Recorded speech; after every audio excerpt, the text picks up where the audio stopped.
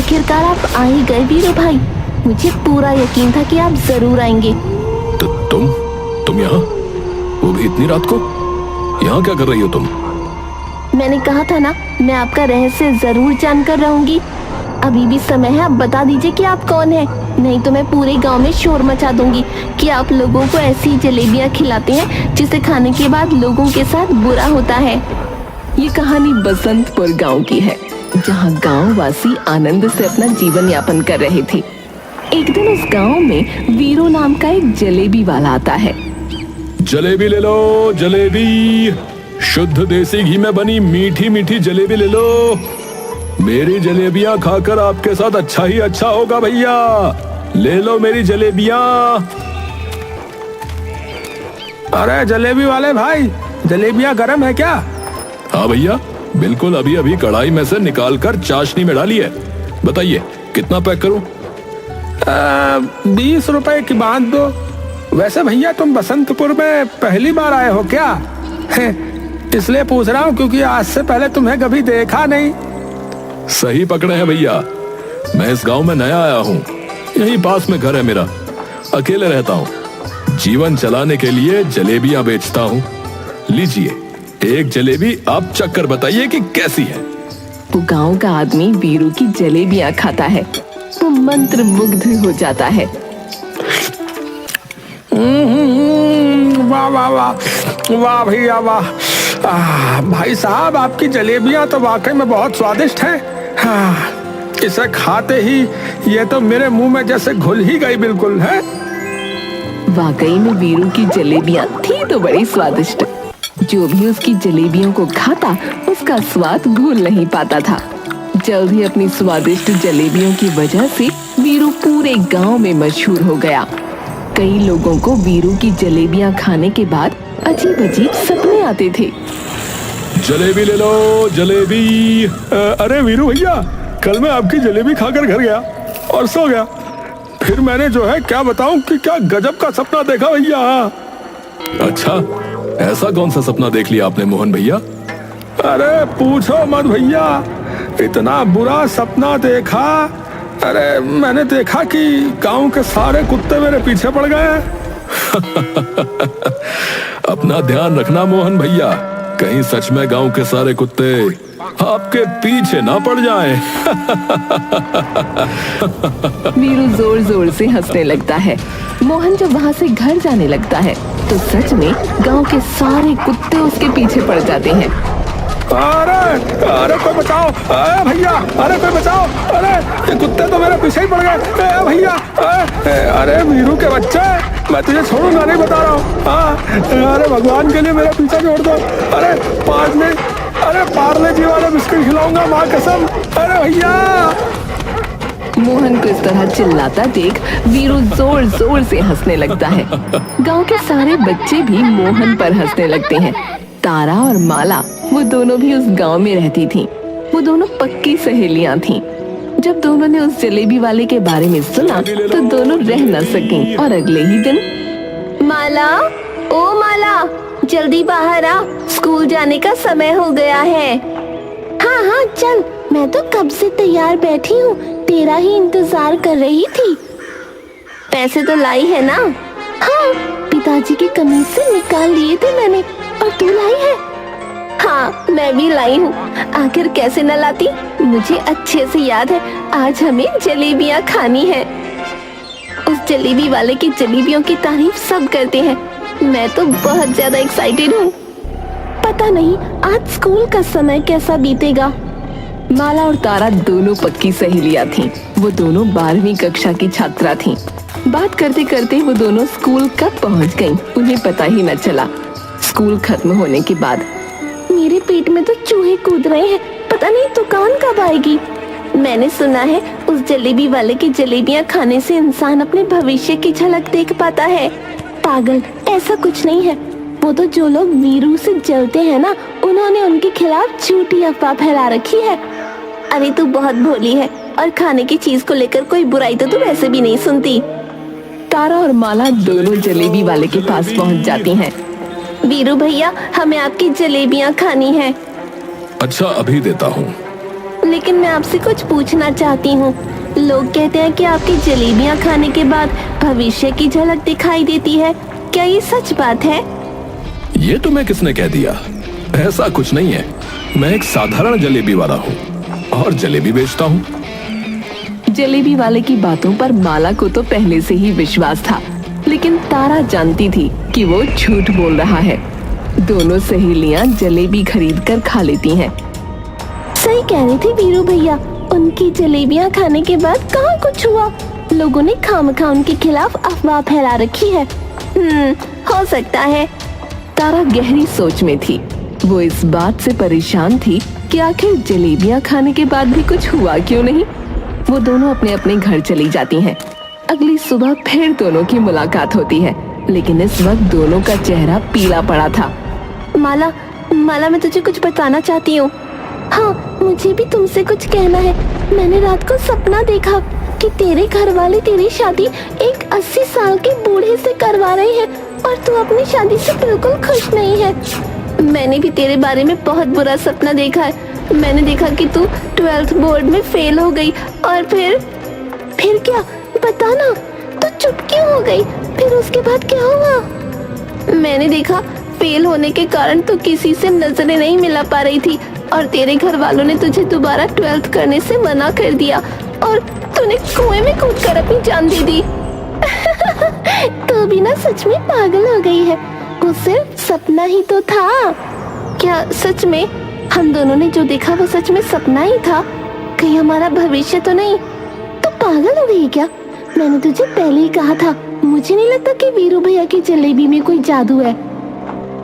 और ये तो एक संजोग भी हो सकता है कि हम दोनों ने एक दूसरे के बारे में सपना देखा।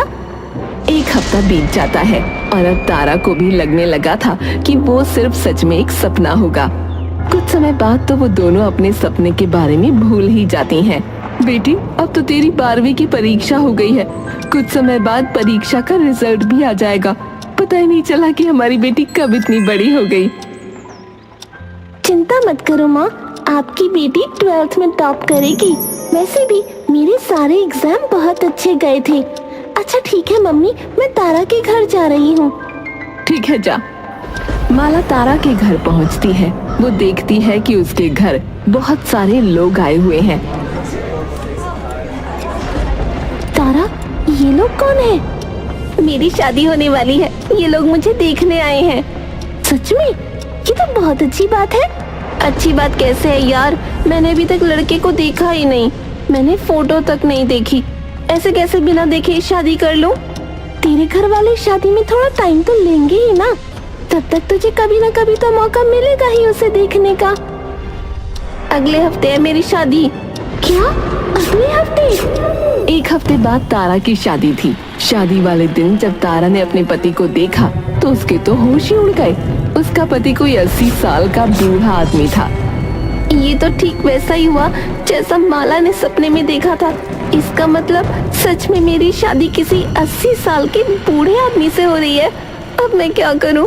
मैं तो इस आदमी से शादी नहीं कर सकती। तारा बहुत परेशान थी। वो शादी नहीं करना चाहती थी, लेकिन वो कुछ कर भी नहीं पा रही थी। तभी अचानक से वीरू वहाँ पर कुछ पुलिस वालों को लेकर पहुँचता है। रुक जाइए, ये शादी नहीं हो सकती।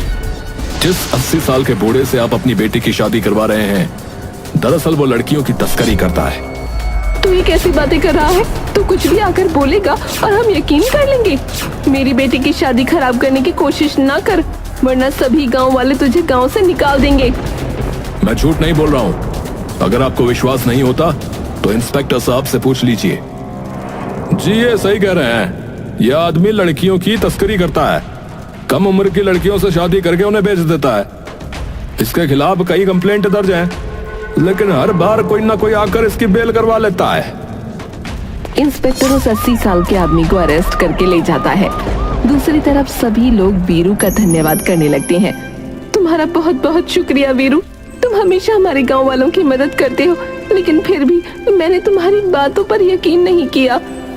अरे आपको अपने ऊपर शर्म आनी चाहिए। 18 साल की लड़की की शादी आप 80 साल के बूढ़े से करवा रहे हैं। वो आपकी बेटी है। वीरू की ऐसी बातें सुनकर तारा के माता पिता का सर शर्म से झुक जाता है। अगली सुबह तारा वीरू की दुकान पर पहुंचती है। जलेबी, तुम यहाँ क्या करने आई हो? तुम्हारा रिजल्ट आने वाला है, जाओ जाकर अपना रिजल्ट देखो। कौन है आप? मुझे सच सच बताइए, आखिर कौन है आप? अरे, मैं तुम्हारे गांव का जलेबी वाला हूँ भाई। जलेबी बेचता हूँ, साधारण जीवन व्यतीत करता हूँ। नहीं, ये सारी बातें झूठ है। ये सच है कि आपकी जलेबी खाने के बाद लोगों को भविष्य दिखाई देता है। जब हमने जलेबियाँ खाई थी तो मुझे और माला को भी सपना आया था। माला ने मेरे बारे में यही देखा था कि मेरी किसी 80 साल के बूढ़े से शादी होगी और वैसा ही होने वाला था, लेकिन आपने आकर मेरा भविष्य बदल दिया। अरे तुम ये क्या बकवास किए जा रही हो?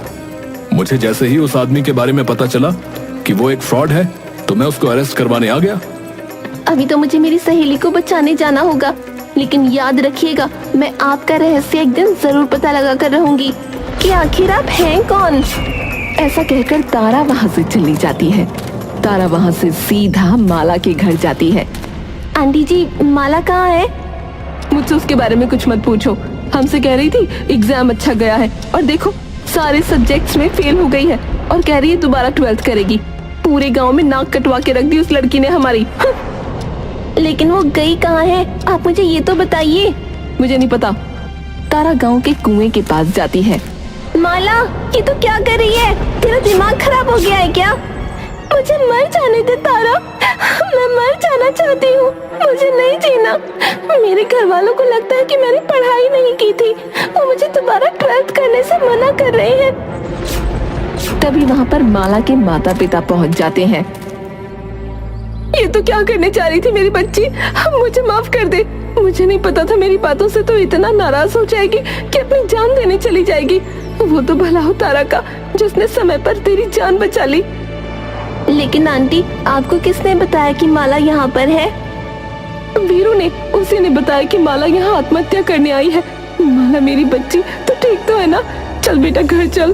तारा का शक अब यकीन में बदल चुका था। उसे पूरा यकीन था कि जरूर जलेबी वाले वीरू का कोई बड़ा रहस्य है। उस जलेबी वाले का रहस्य तो मैं पता लगा कर रहूंगी, हो ना हो वो सबका भविष्य जानता है। तारा ने वीरू पर नजर रखना शुरू कर दिया। वो छुप छुप कर उसका पीछा किया करती। एक दिन, सुनिए, मुझे आपसे कुछ पूछना था। आप वही है ना जिन्होंने कल वीरू भैया के यहाँ जलेबी खाई थी? हाँ, मैं वही हूँ। क्यों, क्या हुआ? आपको कल रात कोई सपना आया था क्या भविष्य के बारे में? हाँ, मैंने सपना देखा था। लेकिन क्यों? मैं जान सकती हूँ आपने क्या देखा था? हाँ, क्यों नहीं। मैंने बहुत बुरा सपना देखा था।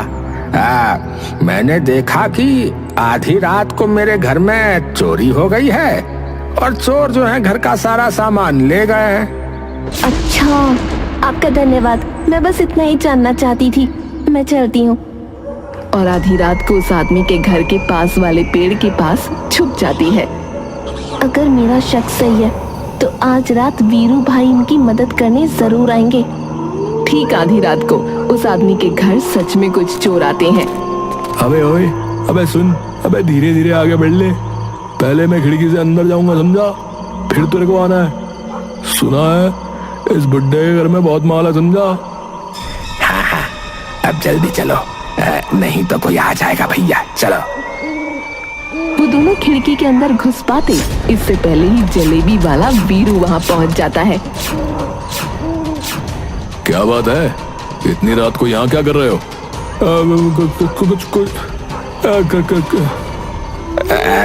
कुछ नहीं, हम तो बस टहल लेते। क्यों भैया, टहल लेते हम तो। आधी रात को कहीं चोरी करने तो नहीं आए थे? बड़े आए चोरी करने। आखिरकार आप आ ही गए वीरू भाई। मुझे पूरा यकीन था कि आप जरूर आएंगे। तो तुम यहाँ, वो भी इतनी रात को? यहाँ क्या कर रही हो तुम? मैंने कहा था ना, मैं आपका रहस्य जरूर जानकर रहूंगी। अभी भी समय है, आप बता दीजिए कि आप कौन हैं, नहीं तो मैं पूरे गांव में शोर मचा दूंगी कि आप लोगों को ऐसी जलेबियां खिलाते हैं जिसे खाने के बाद लोगों के साथ बुरा होता है। ये तुम क्या कह रही हो? मेरी जलेबियां खाकर किसी के साथ बुरा नहीं होता, बल्कि उन्हें उनका भविष्य पता चलता है जो उनके लिए अच्छा है। देखा आपने अपनी सच्चाई कबूल कर ही ली। अब आप खुद ही बता दीजिए कि आखिर बात क्या है। अब है कौन, कहाँ से आए हैं और क्यों आए हैं? तुम बहुत तेज लड़की हो। ठीक है, मैं तुम्हें सब बता दूंगा, लेकिन तुम विश्वास ही नहीं करोगी। अगर मैं कहूं कि मैं भविष्य से आया हूं, मैं एक टाइम ट्रेवलर हूं, तो क्या तुम मेरा भरोसा करोगी? क्या कहा आपने? आप एक टाइम ट्रैवलर हैं और आप भविष्य से आए हैं? ऐसा हो ही नहीं सकता। आप जरूर मुझे बच्चा समझकर पागल बना रहे हो। मैंने कहा था ना, तुम मेरी बातों पर भरोसा नहीं करोगी। ये देखो मेरी तस्वीर। मैं भविष्य में बूढ़ा हो चुका था। मैं एक साइंटिस्ट था और मैं हमेशा से टाइम ट्रेवल पर रिसर्च करता रहता था। और मैंने एक दिन टाइम ट्रेवल मशीन बनाकर तैयार भी कर ली। वो मशीन भूतकाल में जाने के लिए तैयार तो थी, लेकिन वहां से वापस आने के लिए तैयार नहीं थी। आपको क्या लगा आप मुझे कोई भी झूठी कहानी सुनाएंगे और मैं मान लूंगी? आप मुझे सच सच बताइए कि आप कौन हैं? ठीक है, अगर तुम्हें मेरी बातों पर भरोसा नहीं है तो तुम मुझे कल सुबह मिलना।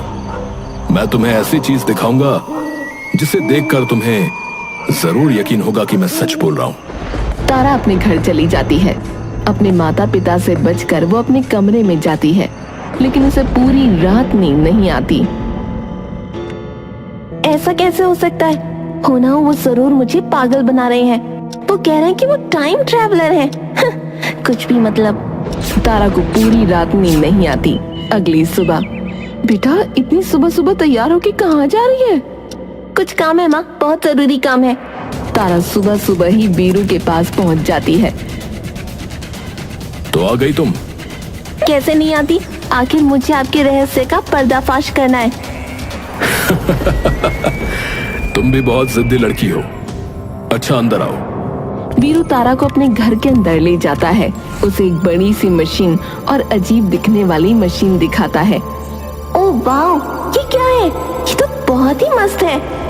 यही वो टाइम ट्रेवल मशीन है जिस पर बैठकर मैं यहाँ आ पहुंचा हूँ। इसका मतलब आप सच बोल रहे हैं? मुझे पूरा यकीन था कि मेरी ये मशीन सही काम करेगी, लेकिन नहीं। जब मैं खुद इस पर बैठा तो ये मुझे मेरे भूतकाल में ले आई, लेकिन जब मैंने वापस अपने वक्त में जाना चाहा तो मैं नाकामयाब रहा। इसका मतलब आप इस समय में फंस गए हैं और आप कभी वापस अपने घर नहीं जा सकते। नहीं, लेकिन क्योंकि मैं भविष्य से आया हूं तो मैं अपने गांव के लोगों का भविष्य जानता हूं। इसलिए मैं उन्हें अपनी जलेबियां खिलाकर हिंट देता हूं कि उनके साथ कुछ बुरा या अच्छा होने वाला है। लेकिन ये संभव कैसे है? तुम शायद भूल गई, मैं एक साइंटिस्ट हूं।